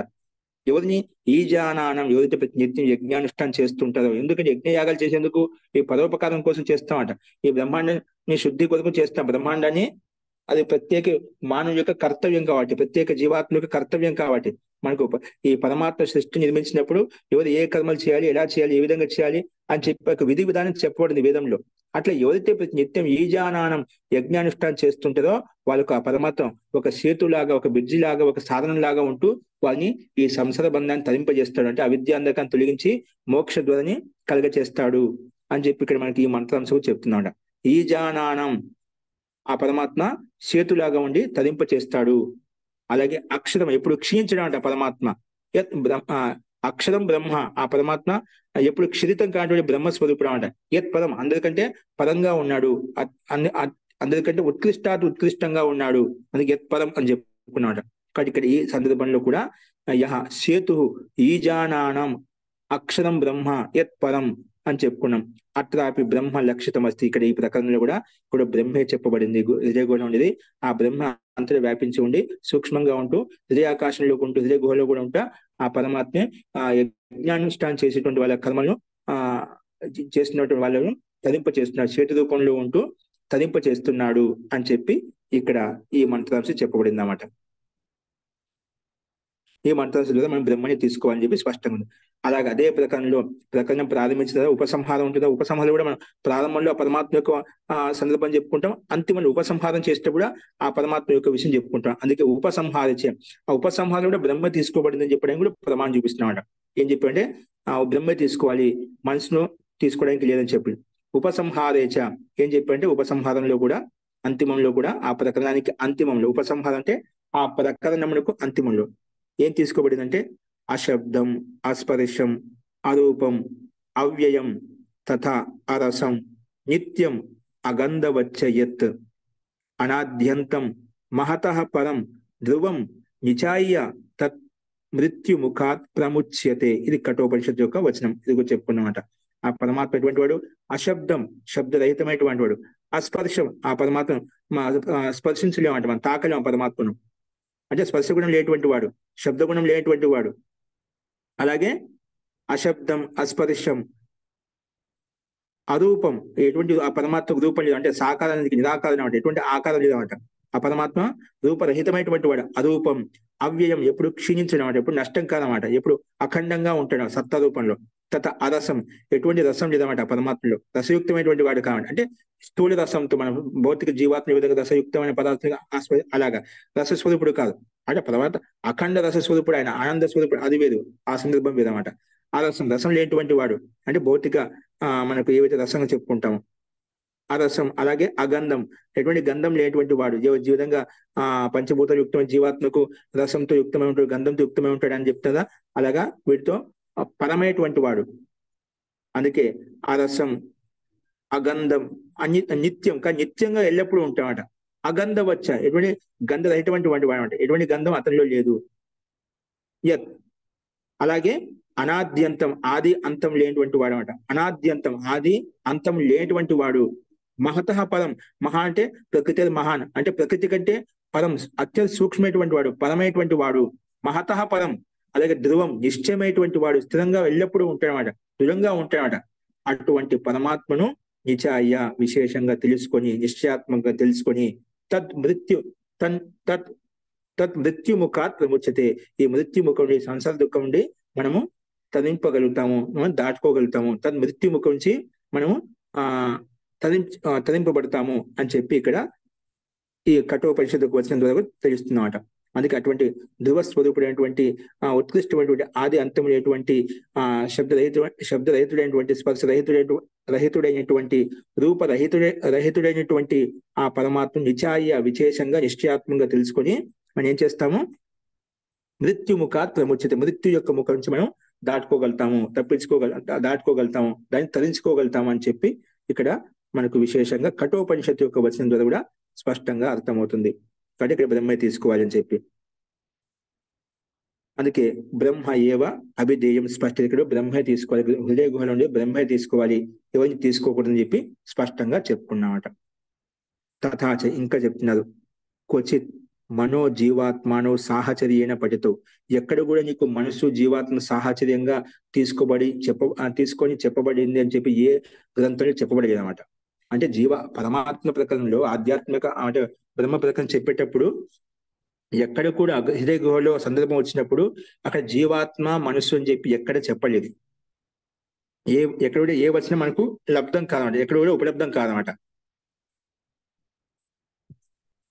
అందుకే ఇక్కడ ఏమంటున్నా అంటే తథాచ, ఇంకా అలాగే నహి క్వచిత్ మనోజీవాత్మను సాహచర్యేణ పఠితో, ఎక్కడ ఏ గ్రంథాల్లో కూడా సాహచర్యం అంటే జీవాత్మ పరమాత్మ ఒకే చోట చెప్పబడలేదు, ఎక్కడ రాయబడలేదు. సాహచర్యం ఒకే చోట, సాహచర్యం ఒకే చోట చెప్పబడలేదు అనమాట. కానీ జీవాత్మ పరమాత్మను సాహచర్యేణ పట్టేది, కానీ జీవాత్మ పరమాత్మ సాహచర్యం ఒకే చోట, హృదయ గుహలో సాహచర్యంగా ఉన్నాయి, ఒకే చోట ఉన్నాయని చెప్పి అనేక మంత్రాలు ఉన్నాయి, అనేక చోట్ల ఉన్నాయి. దానికే మనం ముందుకు చెప్పుకున్నాం, ద్వా సుపర్ణ సయూజ సఖాయ సమానం వృక్షం పరిషస్వ జాతి. ఇప్పుడు సమానమైన ఒకే వృక్షం మీద ద్వా సుపర్ణ, రెండు పక్షులు, అంటే రెండు పక్షులు రెండు ఆత్మలతో పోల్చి చెప్పుకున్నాడు. జీవాత్మ పరమాత్మ ఒకే చోట ఉన్నాయి. ఇక్కడ మనం ఒకే చోట ఉన్నట్టుగా మనకు అనేక చోట్ల వచనాలు కనిపిస్తున్నాయి, కానీ జీవాత్మ మనస్సు ఒకే చోట ఉన్నట్టుగా ఎక్కడ కూడా ఏ వచనాలు మనకు ఎక్కడ కూడా కనిపించలేదు, ఆ ప్రకటన ఎక్కడ లేవు అనమాట. కానీ సాహచర్యంగా జీవాత్మ పరమాత్మ ఉన్నాయనే దానికి ప్రమాణాలు ఉన్నాయి, కానీ జీవాత్మ మనసు ఉన్నాయనే దానికి ప్రమాణాలు ఎక్కడ కూడా శాస్త్రంలో మనకు లేవు. ఉన్నాయంటే అక్కడ ఆ మనసు వచ్చిందంటే అక్కడ ఆ మనసు యొక్క విషయం ప్రతిపాదించబడింది, కానీ ఆత్మ రూపంలో మనకు చెప్పలేదు. హృదయ గుహలో ఈ రకంగా చెప్పలేదు అనమాట. అది భిన్న సాధనంగా చెప్పుకున్నాం, కానీ ఈ రకంగా చెప్పలేదని చెప్పి మనకు ఈ వచ్చిన స్పష్టమవుతుంది అనమాట. అందుకే జీవాత్మ పరమాత్మను సాహచర్యన పట్టితే, రెండు సాహచర్యంగా ఉన్నాయని చెప్పి ద్వా సుపర్ణ, ఇక్కడ సుపర్ణ అంటే సృష్టి పంకములతో యుక్తమైనటువంటి రెండు పక్షులు, అంటే జీవాత్మ పరమాత్మలు ఒకే చోట సఖ్య రూపంలో, మిత్రతా రూపంలో సమాన వృక్షం, ఒకే వృక్షం మీద నివసిస్తున్నాయని చెప్పి మనం ఒకే చోట ఉన్నాయని చెప్పి చెప్పుకున్నామట. కాబట్టి తస్మాదత్ర గుహాం ప్రవిష్టో కథని, ఇక్కడ సూత్రంలో గుహాం ప్రవిష్టో అనే కథనం ఏదైతే ఉందో, జీవాత్మ పరమాత్మానవు ఏవ స్థః, అందుకే జీవాత్మ పరమాత్మే తీసుకోవాలి. ఎందుకు చెప్పాల్సిన మాట, హృదయ గుహ నుండి పరమాత్మ జీవాత్మ ఎందుకు, జీవాత్మ మనసు కూడా తీసుకోవచ్చుదా అనే పూర్వపక్షి ఆక్షేపానికి మళ్ళీ ఈ రకంగా విశేషమైన తత్వాన్ని, విశేషమైన వచనాన్ని ఇక్కడ ప్రతిపాదన ద్వారా మనం దీన్ని పుష్టి చేసుకున్నామట. అందుకే ఇక్కడ మొత్తానికైతే తస్మాత్ గుహాం ప్రవిష్టో కథనే జీవాత్మ పరమాత్మానో ఏ వస్త జీవాత్మ పరమాత్మ తీసుకోవాలి, దాంట్లో ఎటువంటి సందేహం లేదని చెప్పి ఈ రకం విశేషణ వచనం ద్వారా కూడా దీన్ని ఈ రకంగా పుష్టి చేసుకున్నాం. కాబట్టి హృదయ గుహలో ఉన్నటువంటి ఆత్మ ఏదంటే జీవాత్మ పరమాత్మే, ఇక్కడ మనిషి జీవాత్మ కాదు అని పరిపుష్టం చేసుకున్నాం, ప్రామాణికంగా చెప్పుకున్నాం. ఇంతవరకు ఈ సూత్రం యొక్క భాష్యము, ఈ సూత్రం యొక్క అర్థం చెప్పుకున్నాం. ఇప్పుడు శాంకర భాష్యంలో ఈ విషయంలో రితం పిబంతో అనే విషయాన్ని ఏ రకంగా అర్థం తీసుకోబడిందని విశ్లేషణ ఇక్కడ చెప్పబడింది అన్నమాట. అదంటే చూని విశ్లేషణ ఏంటంటే, శాంకర భాష్యే రితం పిబంతో అస్య అర్థః కర్మఫలస్య భోక్తారో యః క్రియతే సో అయుక్తః. కానీ శాంకర భాష్యంలో రితం పిబంతో అనే పదానికి ఏ అర్థం తీసుకోబడింది? ఇక్కడ రితం పిబంతో రితం అనే రెండు పిబంతో ద్వివచనది, మన జీవాత్మ పరమాత్మ సత్యరూపి జ్ఞాన్ని ఆస్వాదిస్తున్నారు, సత్యాన్ని తాగుతున్నారు అన్నట్టుగా, జ్ఞానాన్ని ఆస్వాదిస్తున్నారు అన్నట్టుగా చెప్పుకున్నామట. అక్కడ జ్ఞాన స్వరూపంతో యుక్తమై ఉండాలని చెప్పి అర్థం చెప్పుకున్నాం పైన మనం. ఇక్కడ ఏమంటున్నది శంకర భాషలో అది అర్థం ఏం చెప్పబడింది? రితం పిబంతో అస్య అర్థః కర్మఫలస్య భోక్తారో యః క్రియతే, కర్మఫలం భుజించేవారు అని చెప్పదు. అంటే రితం పిబంతం అంటే కర్మఫలాన్ని భోక్త అంటే కర్మఫలం భోగం చేస్తున్నారు అంటే, కర్మఫలం భోగం చేస్తున్న జీవాత్మ బాగానే ఉంది, కర్మఫలం భోగం చేస్తుంది. కానీ అక్కడ రితం పిబంతం జీవాత్మ పరమాత్మ తీసుకున్నప్పుడు ఆ పరమాత్మ కూడా ఇది వర్తిస్తుంది. కానీ మన అభోక్త అని చెప్పి, పరమాత్మ భోక్త కాదు అభోక్త అని చెప్పి అంతటా వ్యాపించి ఉన్నప్పుడు కూడా ఆ పరమాత్మ దానికి అభోక్త రూపంలో ఉంటాయని చెప్పి చెప్పుకున్నాం, ముందు అనేక వచనాలు చెప్పుకున్నామట. ఇప్పుడు ఇక్కడ ఏమంటున్నారు?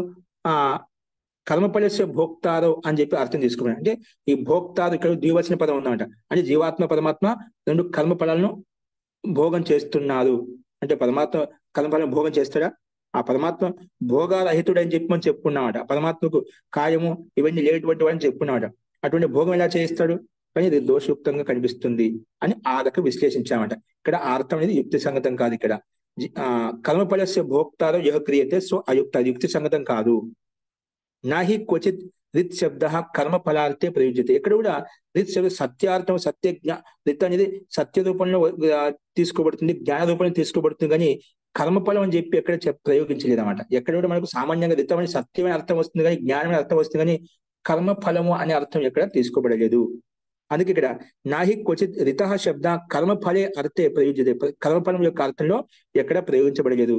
కింటు కానీ రితం నామ సత్యం జ్ఞానం వా, రితం అంటే సత్యము అంటే జ్ఞానం వా, రితం సత్యం, రితం అంటే సత్యం, సత్యం బిభర్తి ఇది రితంబర ప్రజ్ఞ అని చెప్పి మనకు రితం సత్యం బిభర్తి ఇది రితంబర ప్రజ్ఞ అని చెప్పి యోగ శాస్త్రంలో మహర్షి పతంజలి ద్వారా రచించబడి యోగ శాస్త్రంలో యోగ సూత్రంలో దాని యొక్క వ్యాస భాష రాసినటువంటి ఆ మహర్షి కూడా ఇక్కడ రితం అంటే సత్యం, సత్యం అంటే జ్ఞానం అని చెప్పి అక్కడ మనకి అర్థం తీసుకోవాలి.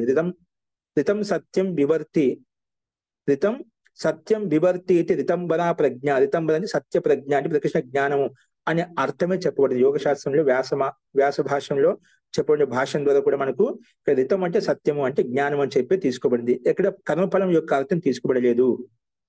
కానీ ఈ వచనం ద్వారా కూడా మనకు ఋషి యొక్క వచనం ద్వారా కూడా మనకు ఇక్కడ పరమాత్మ భోక్త కాదని చెప్పి తెలుస్తుంది. నాచ పరమాత్మ భోక్త కాదని తెలుస్తుంది అన్నమాట. ఇక్కడైతే అక్కడ కర్మఫల అర్థం తీసుకునే కర్మఫలస్య భోక్త అంటే ఇక్కడ జీవాత్మతో పరమాత్మ కర్మఫలం భోగం చేస్తున్నాడు, అది అలా అర్థం వస్తున్నారు, అది యుక్తి సంగతం కాదన్నమాట. అందుకే ఇక్కడ ఈ వ్యాస భాష్యం యొక్క వచనం ద్వారా కూడా, సూత్రం ద్వారా, మహర్షి యొక్క పతంజలి యొక్క సూత్రం ద్వారా కూడా, దానికి రాసిన భాష్యం ద్వారా కూడా మనకు నాచ పరమాత్మ భోక్త, ఇక్కడ భోక్త రూపంలో మనకి ఇక్కడ చెప్పబడలేదు. పరమాత్మ అభోక్త అని చెప్పుకునేది, పరమాత్మ భోక్త ఇక్కడ చెప్పలేమాట. అందుకే నాచ పరమాత్మ భోక్త, పరమాత్మ భోక్త కాదు. ఎందుకంటే దాని ప్రమాణం పైన చెప్పుకున్నాం. అనశ్నన్ అన్యో అభిచాకశీతి, ఆ పరమాత్మ ఒకే వృక్షం మీద ఉంటూ కూడా ఈ విధంగా ఒక పక్షి తింటుందో భోగం చేస్తుందో, ఒక పక్షి తినడం లేదు అంటే జీవాత్మ తింటుంది, పరమాత్మ ఇక్కడే వ్యాపించి ఉంటూ కూడా అక్కడ విద్యమానంగా ఉంటూ కూడా ద్రష్ట రూపంలో సాక్షి రూపంలో చూస్తున్నాడు. ఆయన భోగం చేయడం ఎందుకంటే ఆయన పూర్ణానందుడు, అన్ని అనేక జ్ఞానం పరిపూర్ణం కలిగిన వాడు అనమాట. అతనికి ఎటువంటి భోగాలు లేవు, ఏదైతే న్యూనత్వం ఉంటుందో అతను భోగాన్ని అనుభవించాలన్నమాట. ఆ పరమాత్మ నా కుతశ్చ న్యూన అని ముందు చెప్పుకున్నాం. ఆ పరమాత్మ ఎక్కడ కూడా న్యూనత అనేది లేదు. పరమాత్మ ఏ ఐశ్వర్యంలో తక్కువ, అన్ని పరిపూర్ణం కలిగిన వాడు, పరిపూర్ణ ఆనందంతో యుక్తమై ఉన్నవాడు అనమాట. కాబట్టి ఆ పరమాత్మకి భోగం అవసరం లేదు. కానీ అందుకే అనష్టన్ అన్యో అభిచాకశీతి, ఇక్కడ భోగం చేయకుండా సాక్షి రూపంలో చూస్తున్నాడు అని ఇక్కడ మన పరమాత్మ అభోక్త అని చెప్పుకునే ఇక్కడ పరమాణు ఋగ్వేదం యొక్క మంత్రం స్పష్టంగా ఉంది. ఇది వచనాత్, ఈ వచనం ద్వారా మనం ఇక్కడ కర్మఫల అర్థం కాకుండా సత్యము జ్ఞానం అని ఆస్వాదిస్తున్నారు. రెండు చేతనాత్మలు కాబట్టి సత్య జ్ఞానం యుక్తమే ఉన్నాయని చెప్పి అర్థం తీసుకోవాలి, కర్మఫల అర్థం తీసుకోకూడదని చెప్పి ఇక్కడ ఈ రకంగా సమానం ఉంది. కాబట్టి వచనం ద్వారా ఈ రకంగా దాన్ని విశ్లేషించాలన్నమాట. ఇక్కడ ఇంకో ఒక వచనం ఏం చెప్తున్నారు, క్షత్రినో యాంతి ఇది న్యాయేన యదుక్తం తదపి నా. ఇక్కడ ఒకవేళ అనుకుందాం ఎలా అంటే ఒక క్షత్రినో యాంతి ఇది న్యాయం, ఒక క్షత్రియ న్యాయం అని ఒకటి ఉందండి. ఒక న్యాయం, ఏ న్యాయము? క్షత్రియ న్యాయం. క్షత్రియ అంటే గొడుగు న్యాయం. ఇప్పుడు మనం ఏమంటా అంటే సమూహంగా ఇప్పుడు వర్షాలు పడుతున్నాయి, గొడుగు పట్టుకున్నాం అనుకోండి, మామూలుగా ఒక గొడుగు పట్టుకున్నాం అనుకోండి, గొడుగులతో ఉన్నటువంటి మనుషులు అంటాడు. అంటే గొడుగు వాళ్ళు అంటే ఆ గొడుగు అక్కడ సమూహంలో ఒకరు గొడుగు పట్టుకున్నా కూడా అందరూ గొడుగు పట్టుకున్నట్టుగా సమూహాన్ని మనం ఉల్లేఖించుకుంటాం. ఆ గొడుగు పట్టుకున్న వాళ్ళు చూడండి, వెళ్ళండి, గొడుగు పట్టుకున్న వాళ్ళు వెళ్తున్నారు చూడండి, గొడుగు పట్టుకున్న వాళ్ళు. అతనే చెప్తున్నా గొడుగు పట్టుకున్న వాళ్ళు, పట్టుకున్న ఒకటే గొడుగు పట్టుకున్నా, కానీ ఆ మిగతా గొడుగు పట్టుకోకపోయినా గొడుగు పట్టుకున్న వాళ్ళు వెళ్తున్నారు చూడండి అని ఆ రకం కథని చెప్తామన్నమాట. అది సహజంగా లోకల్ చూస్తుంటామన్నమాట. ఆ యొక్క సాహచర్యం చేత చెప్పాం, ఆ ముందు అందరినీ గొడుగు పట్టుకున్నారని చెప్పి అర్థం చెప్పేస్తున్నామట. ఓకేనా? అలా గౌణ కథనంగా చెప్పినా కూడా అది యుక్తి సంగతి కదన్నమాట. ఇప్పుడు న్యాయంలోనే ఒక దృష్టాంతం చెప్పుకోవచ్చు అన్నమాట. ఇప్పుడు ఏ రకంగా చెప్తున్నా అంటే క్షత్రినో యాంతి ఇది న్యాయం ఏది ఉక్తం తదపి నా. ఓకే, నువ్వు అలా చెప్పుకున్నాము, ఒక గొడుగు పట్టుకుంటే మిగతా వాళ్ళంతా కూడా పట్టుకున్నట్టుగా కథను చెప్తున్నాము. అలాగా జీవాత్మతో పరమాత్మ యొక్క సాంగత్యం ఉంది కాబట్టి, అలాగే జీవాత్మ భోక్త అయితే గౌణంగా నువ్వు పరమాత్మను భోగం చేస్తున్నావా చెప్తున్నావు, అది కూడా యుక్తి సంగతి కాదు. ఎందుకంటే మనకు ఇప్పుడు ఈ న్యాయం అనేది అన్ని చోట్ల వర్తించదన్నమాట. ఇప్పుడు ఎందుకంటే ఒక్కోసారి అందరూ గొడుగు పట్టుకోవచ్చు, గొడుగు పట్టుకున్న వాళ్ళని చెప్పొచ్చు అన్నమాట. ఒకసారి సామాన్యంగా అలాగా ఆపాది చెప్తాం, సందర్భాన్ని బట్టి గొడుగు పట్టుకున్న వాళ్ళని చెప్పి చెప్తామట. అలాగే ఇక్కడ నువ్వు ఒకవేళ ఆ న్యాయం చెప్పినా కూడా అది యుక్తి సంగతం కాదు. నువ్వు ఆ న్యాయం తీసుకొని చెప్తాము, అది కూడా యుక్తి సంగతం కాదు. అదే అంటే ఇక్కడ క్షత్రినో యాంతి ఇది న్యాయేన ఏదోక్తం తదపి నా. ఎందుకంటే ప్రాయేణ క్షత్రిషు కతిపయా అల్పాహ ఏవ క్షత్రిన. అంటే దాదాపుగా అందరూ గొడుగు పట్టుకోదు, దాంట్లో కొంతమంది మాత్రం ఒక ఇద్దరు పట్టుకుంటే అందరూ ఆ సమూహాన్ని గొడుగు పట్టుకున్న వాళ్ళంటే చెప్తాం. కొంతమంది మాట కతిపయా అల్పాహ ఏవ క్షత్రిన ఏ స్యు తదా తే సర్వే క్షత్రినో యాంతి ఇది కథనం యుజ్యతే. కానీ అక్కడ ఇద్దరు ముగ్గురు పట్టుకున్నా, ఆ 100 మంది ఉన్నా 20 మంది ఉన్నా అక్కడ అందరు గొడుగు పట్టుకున్నట్టుగానే కథనం చెప్తాము, అక్కడ కథ ప్రయోగిస్తాం. వాస్తవంగా అది యథార్థ కథనం కాదు, గౌణ కథనం, సామాన్యంగా చెప్తాం అనమాట. సర్వే క్షత్రినో యాంతి ఇది కథనం యుజ్యతే, ఆ కథనం మనకు ఉపయోగించబడుతుంది. నాహి క్వచిత్ ఏక క్షత్రి గచ్చతి ద్వితీయో అక్షత్రి చ గచ్చతి తౌ క్షత్రినో గచ్చత ఇది వక్తుం ఉచితం. కానీ ఇక్కడ ఒకడు గొడుగు పట్టుకుంటే గొడుగు పట్టుకున్నాడని, ఒకడు గొడుగు పట్టుకున్నాడని చెప్తామట. ఒక ఇద్దరు గొడుగు పట్టుకుంటే క్షత్రినో గచ్చత, ఇద్దరు గొడుగు పట్టుకున్నాడని చెప్తామట. అంటే అలా చెప్పడం ఉచితం అన్నమాట. అంటే ఎక్కడ యథార్థత ఏదైతే ఉందో అది చెప్పడం ఉచితం అనమాట. ఇప్పుడు ఒకడు గొడుగు పట్టుకున్నా ఒకడు గొడుగు పట్టుకున్నాండి అని చెప్తాం, ఇద్దరు పట్టుకున్నాండి అని చెప్తాం, లేదా ముగ్గురు పట్టుకున్నా అని చెప్తామంట. అదే చెప్తున్నాయి ఇక్కడ. నహి క్వచిత్ ఏక శక్తి, ఒక గొడుగు పట్టుకున్నవాడు క్వచిత్ ఏక క్షత్రి గచ్చతి, ఒకటే గొడుగు పట్టుకుని వెళ్తున్నాడు. ద్వితీయో అక్షత్రి గచ్చతి, రెండో వాడు గొడుగు లేనివాడు వెళ్తున్నాడు, అంటే ఒక సామాన్యంగా వెళ్తున్నాడు. ద్వితీయ అక్షత్రి గచ్చతి లేదా తౌ క్షత్రినో గచ్చత, వాళ్ళిద్దరు గొడుగు పట్టుకుని వెళ్తున్నారు. అలాగే మనం అక్కడ విద్యమానంగా ఉంటే ఉన్నట్టుగా చెప్తాం, లేనప్పుడు లేనట్టుగా చెప్తాం, లేదా ఇద్దరు ఉంటేనా ఇద్దరు ఉన్నట్టుగా చెప్తాం అంట. అది మనకు విశేషత, ఆ రకం చెప్పుకుంటాం. అంటే యథార్థ ఏదైతుందో అది ప్రస్తావించుకుంటాం అంట, గౌణ కథను చెప్పుకోం, యథార్థ కథనే చెప్పుకుంటాం అంట. అందుకే తౌ క్షత్రినో గచ్చత ఇది వక్తుం ఉచితం. అలా అంటే అక్కడ యథార్థ ఎలాగైతే ఉందో అలా చెప్పడమే ఉచితము. గచ్చత ఇది వక్తుం ఉచితము. యద్యేవం తద్ విపరీతం అక్షత్రినో గచ్చత ఇత్యపి వక్తుం నా శక్యత. అట్లా చెప్పడం యుక్తి సంగతం కదన్నమాట. ఇది ఏవం తద్ విపరీతం అక్షత్రినో గచ్చత ఇత్యపి వక్తుం శక్యత. విపరీతం కూడా లేదని చెప్పడం కూడా, ఇద్దరు గొడుగు పట్టిన వాళ్ళు వెళ్తున్నారు, లేదంటే గొడుగు లేని వాళ్ళు వెళ్తున్నారు అని కూడా విపరీతంగా చెప్తామట. అదే అర్థాన్ని గొడుగు లేని వాళ్ళు వెళ్తున్నారు అంటే ఎక్కడో చూసాం కాబట్టి ఇక్కడ గొడుగు లేని వాళ్ళు వెళ్తున్నా అండి, గొడుగు ఉన్న వాళ్ళు కాదు వెళ్ళేది అంటే రెండు జంటలు వెళ్తున్నాయి, ఇక్కడ గొడుగు ఉన్న వాళ్ళు వెళ్తున్నారు, గొడుగు లేని వాళ్ళు వెళ్తున్నామట అని విపరీతంగా చెప్పుకుంటామట. అందుకే యద్యవం తద్ విపరీతం అఛత్రినో గచ్చత ఇత్యేపి వక్తుం శక్యత అలా కూడా చెప్పుకుంటామట. కానీ ఇక్కడ నహి ఏకేన నహి ఏకేన భుక్తవత సాహచర్యేణ అపదో భుక్తవాన్ ఇది వక్తుం శక్యత. ఒకవేళ మనం అలా చెప్పిన ఆ న్యాయం ప్రకారం నువ్వు దాన్ని పుష్టి చేస్తున్నా, అందరు గొడుగు వాళ్ళు ఏ విధంగా చెప్తాను కూడా భోక్త రూపాయలు చెప్పామండి నువ్వు అలా నువ్వు చెప్తాము అలా అంటే అది యథార్థం అవుతుందా? యథార్థం కాదు. ఎలాగని దానికి ఉదాహరణ చూపించారు. ఒకరు ఒక సమూహంలో దాంట్లో ఒకరు భోజనం చేశారంట, ఒకరు తిన్నారు. ఒకరు తింటే అందరు తినేసా అని చెప్పగలుగుతామా? అందరు తిన్నారని చెప్పగలుగుతామా? అది ఎలాగైతే సాధ్యం కాదో ఇది కూడా అలాగే ఉంటుంది. ఇది కూడా న్యాయం కూడా అందుకే ఇక్కడ తీసుకోకూడదు. అందుకే నహి ఏకేన భుక్తవత ఒకరు భుజించినప్పుడు ఒకరు తిన్నప్పుడు సాహచర్యేణ అపదో భుక్తవాన్ అపి అభుక్తవాన్ అపి సాహచర్యేణ అపదో అభుక్తవాన్ అపి తినకపోయినప్పుడు కూడా భుక్తవాన్ ఇది వక్తుం శక్యత వాళ్ళ చెప్పగలుగుతావా? ఒక సాహచర్యంతో ఒక వ్యక్తి దగ్గర ఇద్దరు ముగ్గురు ఉన్నారండి, దాంట్లో ఒకడు భోజనం చేశాడు, మిగతా వాళ్ళతో చేయకపోయినా ఆ సమూహంలో ఉన్నాడంటే ఒకరు తిన్నారంటే వాళ్ళు తినేసని చెప్పగలుగుతామా? అది చెప్పమన్నమాట. ఎందుకంటే అది మనకు ప్రత్యక్షం కాదు, అది యథార్థం కాదన్నమాట. ఎందుకంటే ఒకరు తినేసింటే ఇతరులకు అందరికీ ఆ కడుపు నిండదు కాబట్టి, అది ఎవరు తింటే వాళ్ళ కడుపు నిండుతుంది కాబట్టి ఇతరులకు అది సాధ్యం కాదు కాబట్టి అలా చెప్పడం యుక్తి సంగతి కాదు. అలాగే నువ్వు క్షత్రియ న్యాయం ద్వారా కూడా నువ్వు పరమాత్మ భోక్త అని చెప్పాము, అది అలా ఉచితం కాదు అన్నట్టుగా ఈ దృష్టాంతం చెప్తున్నామట. నహి ఏకేన భుక్తవత సాహచర్య అపదో అభుక్తవాన్ అపి తినకపోయినప్పుడు కూడా భుక్తవాన్ ఇది వక్తుం శక్యతే అని నువ్వు ఆ రకంగా అయితే అలా కూడా చెప్పాల్సి వస్తుంది. అది యుక్తి సంగతి కాదనమాట. వాస్తవంగా ఏంటంటే వస్తుతస్తు రితం పిబంతో అనేది ఇక్కడ ఏదైతే ఉందో మనకు సత్యం జ్ఞానం శివ మానవ్ అది తీసుకోవాలి. రితం పిబంతో అంటే సత్యాన్ని గ్రహిస్తున్నారు, జ్ఞాన్ని గ్రహిస్తున్నారు. ఇక్కడ ఆ ఇద్దరు ఆత్మలు, జీవాత్మ పరమాత్మ ఎందుకు చైతన్య ఆత్మలు కాబట్టి సత్యం అంటే జ్ఞానం, ఆ జ్ఞాని శివ మానవ్ సేవిస్తున్నామంట, ఆస్వాదిస్తున్నారు. అందుకే జ్ఞానవత్వేన అంటే జ్ఞాన రూపంలో తీసుకోబడిందన్నమాట. అందుకే జ్ఞ ప్రజ్ఞ అని చెప్తున్నాం. జ్ఞ అంటే జీవాత్మ, ప్రజ్ఞ అంటే పరమాత్మ. సామాన్య జ్ఞానంతో ఒక జ్ఞానంతో యుక్తమై ఉన్నాడనమాట. ప్రజ్ఞ అంటే పరమాత్మ ప్రకృష్టమైన జ్ఞానంతో యుక్తమై ఉన్నాడనమాట. అందుకే జ్ఞ ప్రజ్ఞ రెండు శబ్దాలు చెప్పుకున్నాడు. జ్ఞ అంటే జీవాత్మ, ప్రజ్ఞ అంటే ప్రకృష్ట జ్ఞానంతో యుక్తమై ఉన్నట్టు పరమాత్మ తీసుకున్నాడు. అందుకే జ్ఞ ప్రజ్ఞవు అంటే జ్ఞ ప్రజ్ఞ అంటే జీవాత్మ పరమాత్మను స్థః ఇది ఆశయం. ఇది ఈ ఆశయం ఇక్కడ చెప్పబడింది. అంతేకాని ఇక్కడ మనకు జీవాత్మ పరమాత్మ అనే తీసుకోవాలి. విజయ గుహాశంలో ఉన్నది. ఇక్కడ కర్మఫలం యొక్క అర్థం తీసుకున్నట్లయితే శంకరాచార్య మతానుసారంగా అది యుక్తి సంగతి కాదు. అక్కడ కర్మఫలం అంటే పరమాత్మ కూడా భోక్త రూపంలో అర్థం వచ్చేస్తుంది, అది ఉచితం కాదు. ఇక్కడ మనం ఏం తీసుకోవాలి? రితం పిబంతో సత్య జ్ఞాన్ని ఆస్వాదిస్తున్నారు, ఆ జ్ఞానపరంగా తీసుకోవాలి. కర్మఫలం అర్థం తీసుకోకూడదు. కర్మఫల అర్థం తీసుకున్నట్లయితే పరమాత్మ కూడా భోగం అనే అర్థం, భోక్త అనే అర్థం వస్తుంది. అది యుక్తి సంగతి అని చెప్పి ఈ రకంగా విశ్లేషించదనమాట.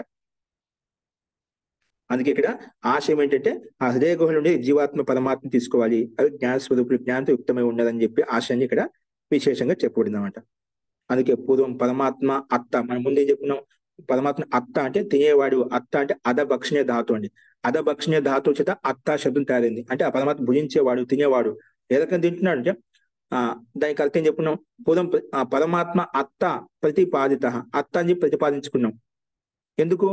చర అచర గ్రహణాలు, ఈ చరాచర జగత్తునంతా కూడా గ్రహిస్తున్నాడు కాబట్టి, విలీనం చేసుకుంటున్నాడు కాబట్టి ఆ రకంగా అత్త అని చెప్పినాం. అతనిలో భస్మీభూతం చేస్తున్నాడు కాబట్టి ఆ రకంగా అత్త చెప్పుకున్నాం. అంతేగాని నిజంగా అత్త అంటే పరమాత్మ నిజం భోగం చేస్తున్నాడు కాదు, తాత్పర్యం కాదు. అత్రతు ఉభౌ పరమాత్మ జీవాత్మను పాతరం అంటే జ్ఞాన్ని పొందుతున్నారు, విశేషంగా జ్ఞానం తెలుసుకుంటున్నారు. పరమాత్మ జీవాత్మను పాతారు జ్ఞానస్య తయోహు తత్సేవమానం అంటే జ్ఞానాన్ని ఆస్వాదిస్తున్నారు, జ్ఞాన్ని పొందుతున్నారు, జ్ఞానంతో యుక్తమై ఉన్నారు. అలాంటి అర్థం తీసుకోవాలి ఇక్కడ. పాతారు జ్ఞానస్య తయోహు తత్సేవమానత్వాత్, ఆ రెండింటి ఆ జ్ఞాన ఆస్వాదించడం చేత జ్ఞానమానత్వాత్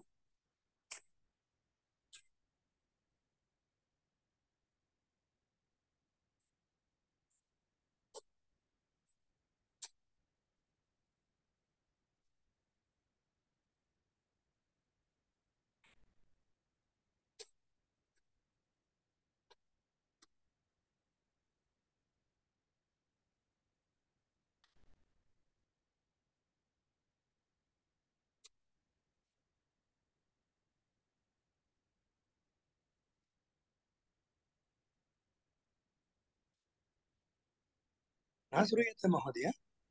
ఇప్పుడు చూడండి, అది స్లైడ్ మార్చాను. చూడండి, అందుకే పరమాత్మ జీవాత్మను పాతారు అని చెప్పుకున్నాం. ఎందుకు పాతరు జ్ఞానాన్ని ఆస్వాదిస్తున్నారు. తయోహు తత్సేవమానత్వాద్, వారు ఆ రకంగా సత్యాన్ని గ్రహించడం ద్వారా సేవమానత్వాద్ ఇది హేతు, ఈ కారణం చేత తయోహు సంఖ్యం వర్ణితం అని ఆ రకంగా మనం ఒకే చోట విరాజమానంగా గుహలో ప్రవేశించమంది ఆ జీవాత్మ పరమాత్మ అని చెప్పి వర్ణించుకున్నామట. ఆ కారణం చేత సంఖ్యం వర్ణితం దాని గురించి విశేషంగా ప్రస్తావించుకున్నాం. అందుకే దానికి ఉదాహరణ కూడా సంఖ్యం వర్ణితం ఏంటంటే ఏ రకంగా అంటే యథాహి ద్వాసుపర్ణ సయూజ సఖాయ అని వచనం ఏదైతే ఉందో ద్వాసుపర్ణ అని చెప్పి ఇక్కడ ఒకే గుహాశయంలో ఉన్నటువంటి ఆ పరమాత్మ జీవాత్మ తీసుకోవాలి. ఇక్కడ మనిషి కానీ జీవాత్మను తీసుకోకూడదు. కాబట్టి ఈ రకంగా మనకు అర్థానుసారంగా, మనకు సందర్భానుసారంగా, ప్రకరణానుసారంగా మనకు జీవాత్మ పరమాత్మ అర్థం వస్తుంది. ఇక్కడ అన్య అర్థం తీసుకోవడానికి లేదని చెప్పి మనకు సూత్రం ద్వారా స్పష్టమవుతుంది. వచనాల ద్వారా కూడా, వేద వచనముల ద్వారా, ఉపనిషత్తు యొక్క వచనముల ద్వారా మనకు అర్థం స్పష్టంగా చెప్పడం చెప్పి ఈ రకంగా తీసుకొని వ్యక్తం చేయబడింది అన్నమాట. అందుకే తద్వత్ అత్రాపి, ఇక్కడ కూడా సాన్నిధ్యం చ ఛాయ ఆతపయోరివ చ ఇత్యపి దర్శితం. ఇక్కడ ఛాయ అంటే నీడ, ఎండ ఈ విధంగా ఒకదానికొకటి వెంట ఉంటాయో అలాగే జీవాత్మ పరమాత్మ కూడా ఒకే చోట సాన్నిధ్యంగా ఉంటాయి. ఇప్పుడు ఎండ నుంచి నీడ నుంచి ఎండ ఈ విధంగా ఉంటాయి అవినాభావ సంబంధంతో, అలాగే జీవాత్మ పరమాత్మ కూడా ఒకే చోట విరాజమానంగా విద్యమానంగా ఉంటాయి. ఉంటూ కూడా భిన్న భిన్నంగా ఉంటాయి. రెండింటికి భిన్న భిన్న సత్తా ఉంటుంది. ఒకటి భోక్త, ఒకటి అభోక్త రూపంలో మనం తీసుకోవాలి. అందుకే అక్కడ వచ్చిన ఇక్కడ పైన చెప్పిన ద్వాసుపైన సయుజ సకాయ వచనం ద్వారా మనకు రెండు భిన్న భిన్న తత్వాలు మనకు స్పష్టంగా అర్థమవుతున్నాయి. అందుకే తద్వత్ అలాగనే ఇక్కడ కూడా తద్వత్ అత్రాపి అంటే ఈ వచనంలో, ఈ ప్రకరణంలో గుహాయం ప్రవిష్టమైనటువంటి హృదయ ప్రవిష్టమైనటువంటి ఎవరంటే ఆ సాన్నిధ్యం చేత మనం జీవాత్మ పరమాత్మ తీసుకోవాలి. ఆ జీవాత్మ పరమాత్మ ఎలా ఉండదు, ఛాయ ఆతపయోరివ, ఎండ నీడకు సమానంగా వాళ్ళు ఇక్కడ ఉన్నారన్నట్టుగా ఇత్యపి దర్శించిన ఈ రకంగా కూడా దర్శించారు, ఈ రకంగా ప్రస్తావించారు అని చెప్పి ఈ సూత్రం యొక్క అర్థాన్ని, అభిప్రాయాన్ని మనం చెప్పుకున్నాం అనమాట. అస్తు, ఇది ఇంకా పైన గుహలో ప్రవేశించిన జీవాత్మ పరమాత్మ అని చెప్పి పుష్టి కొరకు ఈ రకంగా ప్రస్తావించబడింది. అస్తు, ఈ రకంగా మనం ఈ సూత్రాన్ని 12వ సూత్రాన్ని చెప్పుకున్నాం. అస్తు, ఇందులో ఎదుకైన సందేహాలు ఉన్నాయా?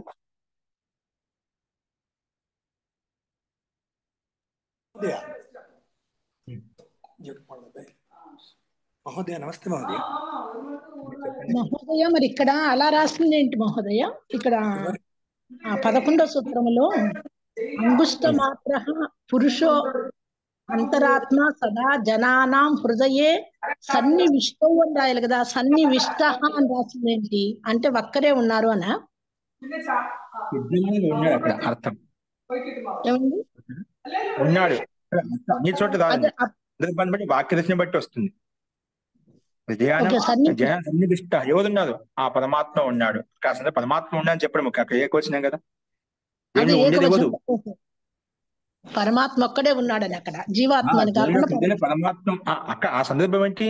వాక్య రచన ప్రకారం మీకు అది వాక్యాంశ సంస్కృతం యొక్క దానికి మనకి యథార్థ తెలియదు కాబట్టి సంస్కృత అభ్యాసం, వ్యాకరణం యొక్క అభ్యాసం ప్రశ్న అడుగుతున్నాం. వాక్య రచన మనకు అర్థం అయితే అది మనకి ప్రశ్న మీకు కలగదు. ఓకేనా? తప్పులేదు, బాగా కాదు. కాకపోతే ఇక్కడ పరమాత్మ హృదయ ఆ జనుల యొక్క మధ్యలో పరమాత్మ ఉన్నాడు, జీవాత్మ అదే ఉన్నాడు. దాంట్లో విషయం చెప్తుంది కదా, అంతర్హృదయ అంతరంలో ఉన్నారు, అంతరాత్మలో జీవాత్మ ఉన్నాడు. అంతర్జమ జీవాత్మ ఇద్దరు ఉన్నారని చెప్తాం, మళ్ళీ బేస్ చేసుకుని చెప్తున్నాం అంట. అట్లా ఓకేనా?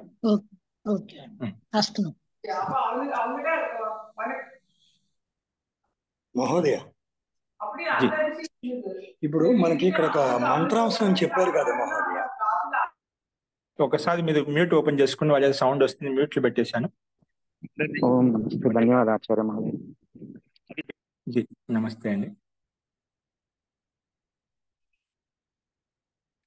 చెప్పండి, మ్యూట్ ఓపెన్ చేసుకోండి. మ్యూట్ లో పడింది, నేను మ్యూట్ లో వేశాను. మహోదయ ఇక్కడ ఒక మంత్రాంశం చెప్పారు కదా మహోదయ, ఇక్కడ సుషారతిరశ్వాని వయన్మనుష్యాని నియతే భీషుభిర్ వాజినైవ హృత్ప్రతిష్టం యదజీరం జవిష్టం తన్మే మన శివ సంకల్పమస్తు అన్న ఒక పోర్షన్, దానిలో ఒక భాగం మీరు ఇక్కడ చెప్పారు. ఇక్కడ జవిష్టం అంటే ఏంటి మహోదయ? జవిష్ఠు అంటే సూక్ష్మంగా విద్యమానంగా ఉన్నటువంటి ఈ మంత్రాన్ని రేపు చూద్దాంలేండి. ఓకేనా? పూర్తిగా అస్తు మహోదయ, మంత్రాలు అస్తు మహోదయ, ధన్యవాదాలు. అస్తు మహోదయ. స్థితమైనటువంటి, ఓకేనా, ఆ రకంగా అర్థం వస్తుంది. అది పూర్వపద ప్రసంగం పూర్తి అంశాన్ని తీసుకొని చెప్పుకుందాం. అస్తు మహోదయ.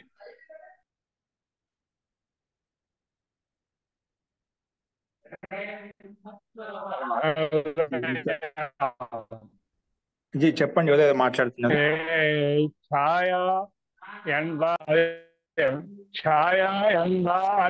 హలో, చెప్పండి.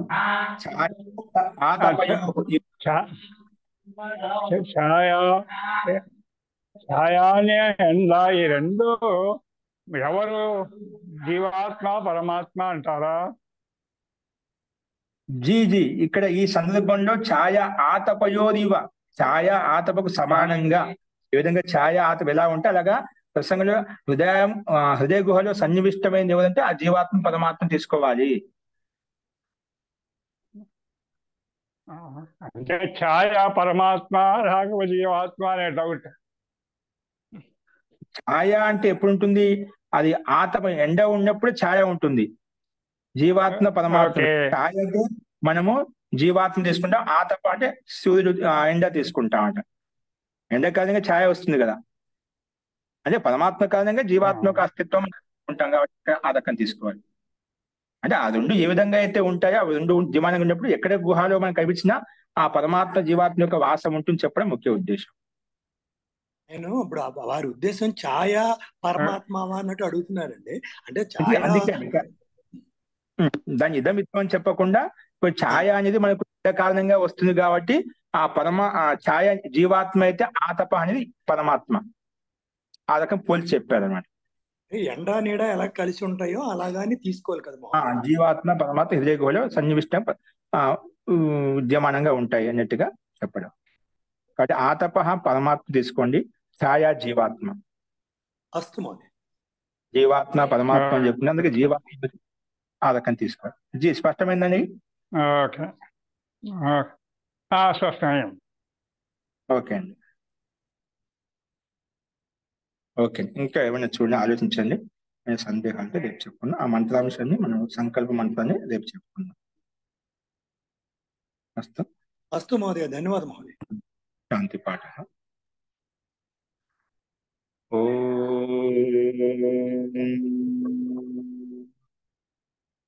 సర్వే భవంతు సుఖినః, సర్వే సంతు నిరామయాః, సర్వే భద్రాణి పశ్యంతు, మా కశ్చిత్ దుఃఖభాగ్ భవేత్.